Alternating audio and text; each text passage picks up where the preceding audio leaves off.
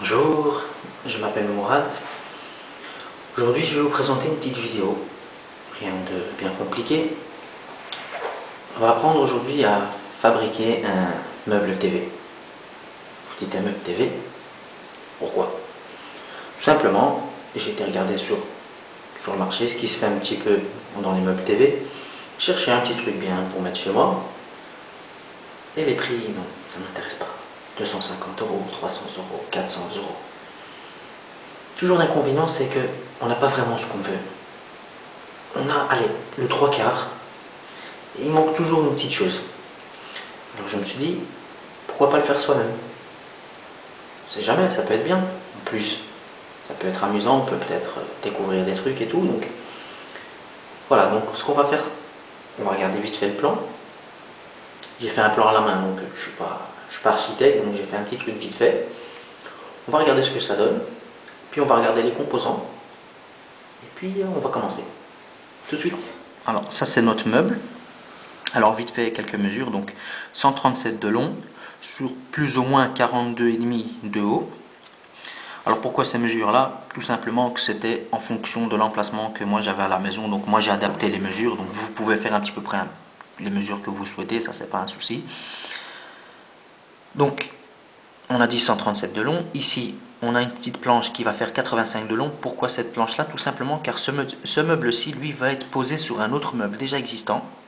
Mais comme l'autre meuble étant un petit peu trop bas, et comme bon ben il y a les enfants qui font un petit peu trop de bêtises, qu'est-ce qu'on va faire? On va tout simplement poser ce meuble-ci sur l'autre, et entre les deux on va mettre cette petite planche pour faire tout simplement un petit espace, une petite séparation entre les deux, et par la suite si on veut on mettra une petite finition pour donner je dirais un petit décor supplémentaire, un petit style supplémentaire, et pour pas qu'on voie que les deux meubles ont été assemblés, je dirais les uns l'un sur l'autre, et qu'on puisse faire de différence, que ce soit pas trop moche ou trop laid au final quoi.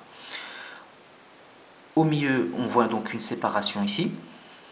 L'étage inférieur on y voit 4 portes, chaque porte de 20 cm, donc ça fait 1, 2, 3, 4 portes, des petits compartiments dans lesquels on pourra mettre lecteur multimédia, disque dur, un mini PC, enfin on peut y mettre un petit peu tout ce qu'on veut. Alors ici on aura le compartiment du milieu qui sera scindé en deux, le bas étant vide, celui du dessus aura une petite porte qui pourra y accueillir une PlayStation ou un DVD, peu importe. Donc là-dedans, on pourra mettre, si on veut, quelque chose qu'on veut un petit peu sécuriser via une porte pour pas que les enfants aient directement accès. La partie du dessus, elle, sera un peu plus ouverte. Il y aura juste au centre une petite étagère suspendue qui pourra accueillir un DVD, un décodeur satellite ou lecteur cassette vidéo, enfin peu importe. Ça, c'est vous qui choisissez. Bon, bien évidemment, moi, ce meuble-ci, je l'ai prévu pour la télévision. Bien évidemment, vous pouvez y adapter autre chose, tel que chez Nifi, Home Cinéma ou peu importe. Ça, c'est comme vous le souhaitez. Voilà, donc ça, c'est pour ce qui est du plan. J'espère que vous avez pu plus ou moins visualiser le meuble au final. Voilà. Donc, on va aller voir maintenant le matériel. Et puis après, on commencera le montage. Tout de suite. Le matériel, il faut savoir que tout n'est pas là sur la table. Donc là on a les serre-joints. Ici on a les fixations. Donc comme vous pouvez le voir, c'est des fixations donc, qui vont nous permettre de monter et redémonter le meuble dans le cas échéant. Je trouvais que c'était pas vraiment utile d'utiliser des fixations définitives telles que de la colle ou des vis ou quoi au caisse, tant qu'à partir du moment où il y a des systèmes de fixation montables et démontables sur le marché, autant en profiter. Donc ça, ce seront les vis qui permettront d'enlever et de remettre certaines parties du meuble, la plupart même. Ça, c'est 4 petites vis qui vont servir pour fixer 2 planches, mais elles qui vont être définitives. Ça, c'est de la bande, donc comme vous pouvez le voir, ce sera la même teinte que le bois qu'on utilisera pour le meuble. Ça, ce sera pour faire les finitions. Des chevilles à bois de 6. Il faut savoir que le bois, dans ce cas-ci, a une épaisseur de 18 mm, donc je pouvais mettre un peu plus gros, mais je me suis dit qu'avec ça, il y avait largement assez. Des charnières pour les portes. Celles-ci sont des charnières rentrantes, donc ça veut dire que, je ne sais pas si vous allez bien voir, mais donc la porte, elle, viendra à fleur avec le bois. Alors ici on a les électroaimants, enfin les électroaimants, les petits aimants on va dire, pour les portes. Ici nous avons les petites poignées que l'on viendra fixer sur la porte, enfin sur les portes.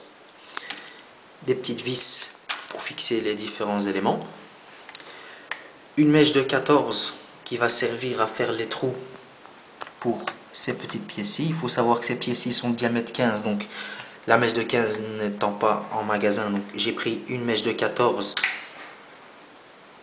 et cette pièce-ci qui va servir à râper et agrandir le trou et l'amener à un diamètre de 15. Une mèche de 7 qui va servir à faire les trous pour ces pièces-ci. Ces petites pièces étant des petits pointeaux qui vont servir à tracer les chevilles de 6 dans les différentes planches. Alors je ne sais pas si vous voyez bien, mais elles sont représentées ici. Donc il suffit de faire un trou dans la planche en bois dans laquelle on veut mettre une cheville. On met ces petites pièces dedans. Et puis on vient mettre par-dessus l'autre planche. On exerce une légère pression et l'autre planche sera tracée. Et il suffira donc de reforer à cet endroit-là pour que les chevilles tombent au bon endroit et que les planches soient bien en équerre. Ici on a une petite fraise de diamètre 26. Cette fraise va servir à faire les trous pour les charnières. Alors comment je savais que c'était 26? C'est indiqué ici. Il y a indiqué diamètre 26 mm. Alors il y en a des autres de 36 ou 35.